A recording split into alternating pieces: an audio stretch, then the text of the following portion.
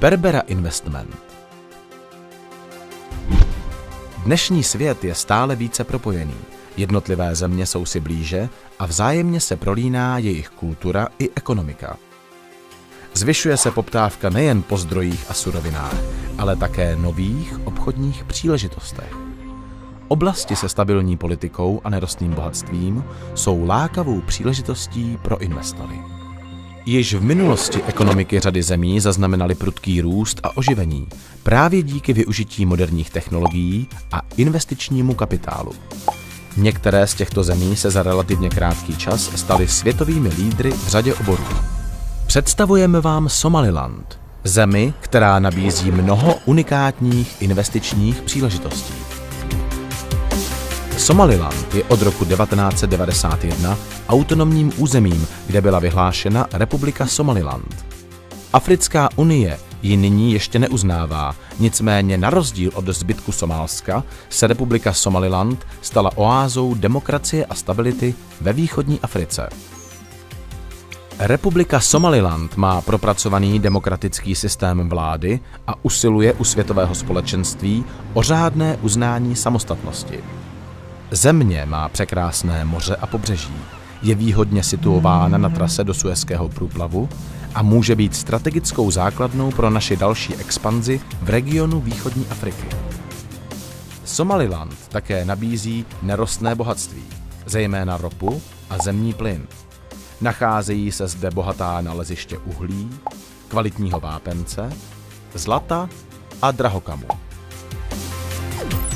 Společnost Berbera Investment bude v Somalilandu realizovat hned několik projektů. V roce 2015 zahájíme výstavbu závodu na zpracování sušeného mléka z České republiky. Jedná se o výstavbu jednoduché továrny, která bude balit sušené mléko do spotřebitelských balení a připravovat jej k distribuci po celé východní Africe. Již nyní máme smluvně zajištěn odběr veškeré produkce naší provozovny. Předpokládaná kapacita je 1000 tun mléka za měsíc. V letech 2016 až 2017 plánuje Berbera Investment rekonstrukci a rozšíření cementárny. Tato cementárna byla postavena v 70. letech a byla největší cementárnou ve východní Africe a na výstavbě se podílela i Československá republika. Cementárna byla vážně poškozena při občanské válce. Cementárna se nachází v těsné blízkosti vápencového lomu a zásoby surovin jsou odhadovány na 150 let provozu. Ideální umístění cementárny nedaleko přístavu Berbera umožňuje snadnou distribuci hotového cementu po východní Africe, ale také mimo ní. V dalším kroku připravuje Berbera Investment výstavbu větrných elektráren.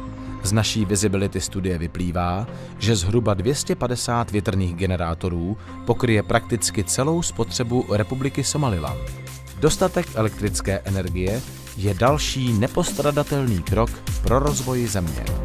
Dalším krokem bude náš vstup na finanční trh založením Berbera Investment Bank. Tato banka bude podporovat další investice a rozvoj v regionu. Naším cílem je podpořit ekonomický růst Republiky Somaliland prostřednictvím oboustranně výhodné spolupráce a vytvořit během následujících 5 let až 15 000 pracovních míst. Somaliland má skvělé vyhlídky do budoucna a vy můžete být u toho spolu s námi. Berbera Investment, váš partner pro východní Afriku. berberainvest.com